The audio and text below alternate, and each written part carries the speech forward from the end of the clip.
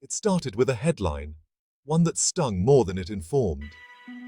Can they even compete? Filipino debaters mocked for funny accents ahead of global finals. The article exploded online, spreading across every Filipino's feed.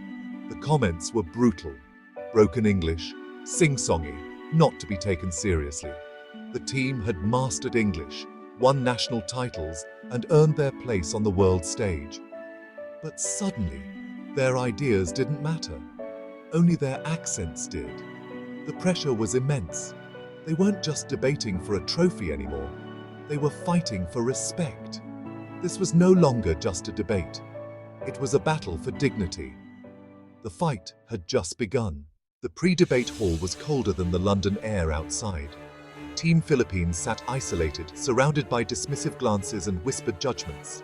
No one stared directly, but the verdict was clear. They didn't belong. The British team walked past, exuding effortless superiority. The message was unspoken. You are not on our level. Every cough, every whisper felt like a critique. Their intelligence was being measured by their accents, not their arguments. Their coach urged them to focus, but the atmosphere was suffocating. The fear wasn't about forgetting lines. It was about their voices shaking, about proving the headlines right. The psychological battle began before the debate did. Whispers from nearby tables, the viral team, should be an easy win, cut through their concentration. The judges' cold neutrality felt like skepticism. They felt small, far from home, about to face a room that had already written them off. The bell for the debate was about to ring, sounding more like a warning than an invitation. In that moment, they realized this was more than a competition.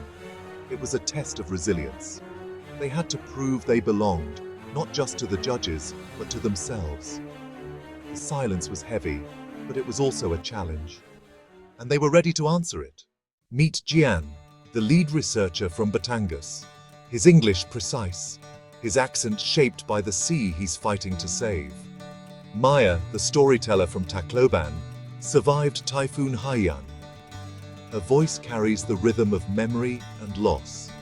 Luis, the anchor from Manila, blends American slang and formal English, a style sometimes mocked but always authentic.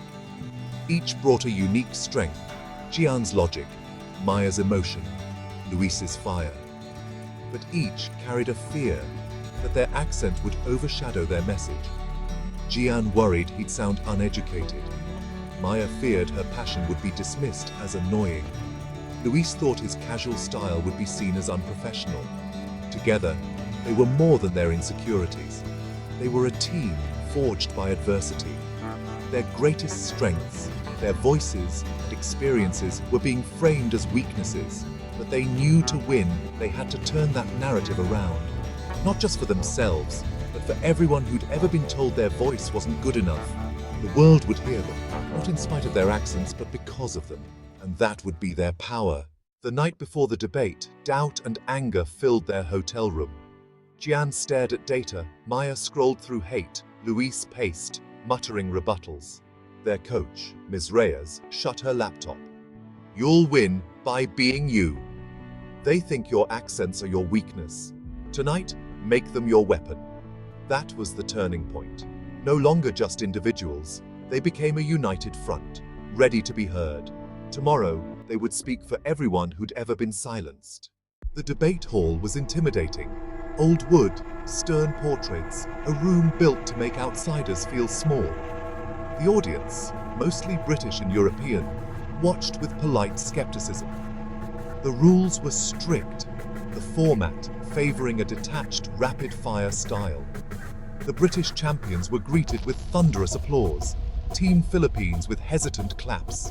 The contrast was stark. The judges' faces were unreadable, their pens poised before a word was spoken. The topic: should developing nations bear the primary financial burden for climate change adaptation? For the British team, it was a comfortable, academic argument. For Team Philippines, it was personal, a direct challenge to their reality. The stage was set for more than a debate. It was a clash of worlds. The environment screamed tradition and bias. But Team Philippines stood tall, ready to challenge not just the motion, but the assumptions behind it. They weren't just defending a position, they were defending their right to be heard. The room was waiting for them to fail, but they were ready to change the narrative. The British team opened, polished, confident, detached. Their arguments were clinical, their delivery flawless. The audience nodded along, captivated by their performance. Then, Jian stepped up, his accent distinct. Snickers broke out, a cruel echo of the viral mockery. Jian faltered, hurt flashing in his eyes. For a moment, it seemed the headlines would be proven right. But Jian looked up, found the source of the laughter, and steadied himself. You might laugh at my accent, but you cannot laugh at the rising sea. You cannot laugh at the dying coral reefs that fed my grandfather. The room fell silent. It was no longer about pronunciation. It was about truth. Jian turned mockery into accusation, shifting the power in the room. The judges stopped scribbling. The audience listened. The British team's smugness faded. Jian's stand was a turning point. He refused to be defined by ridicule. He forced the room to confront the reality behind the accent. The debate was no longer theoretical. It was personal, urgent, and real. The game had changed. Team Philippines was no longer the punchline. They were the conscience of the room, and the world was finally listening. The battle lines had been redrawn. Maya followed, not as a debater, but as a witness. I was 14 when Typhoon Haiyan hit. The wind sounded like a monster. We didn't have time to allocate resources. We had time to run. Her voice, once mocked, now carried the weight of survival. She spoke of loss, of searching for loved ones in the rubble. How do you put a price on a mother searching for her child? What's the budget for rebuilding a soul? The room was still. The British team looked uncomfortable. Maya's story made the debate real, no longer about numbers, but about lives. The judges listened, pens down.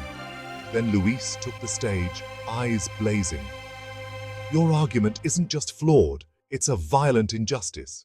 You talk about responsibility from the comfort of a nation built on the fossil fuels drowning my country. He dismantled their case, using their privilege against them. This isn't about money, it's about morality.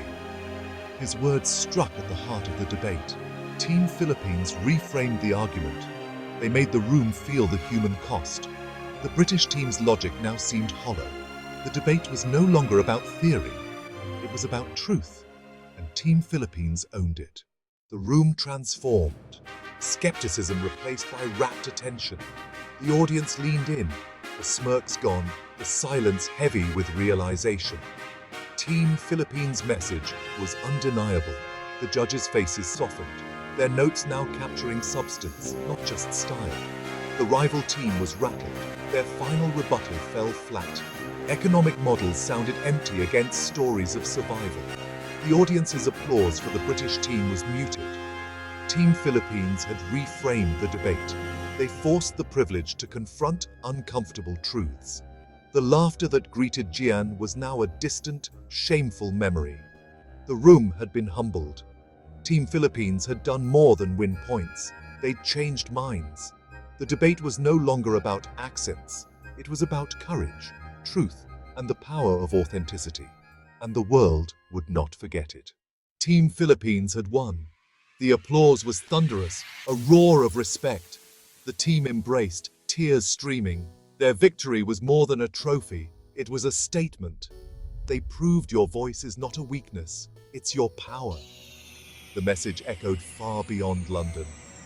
Intelligence has no accent. Leadership comes in every dialect.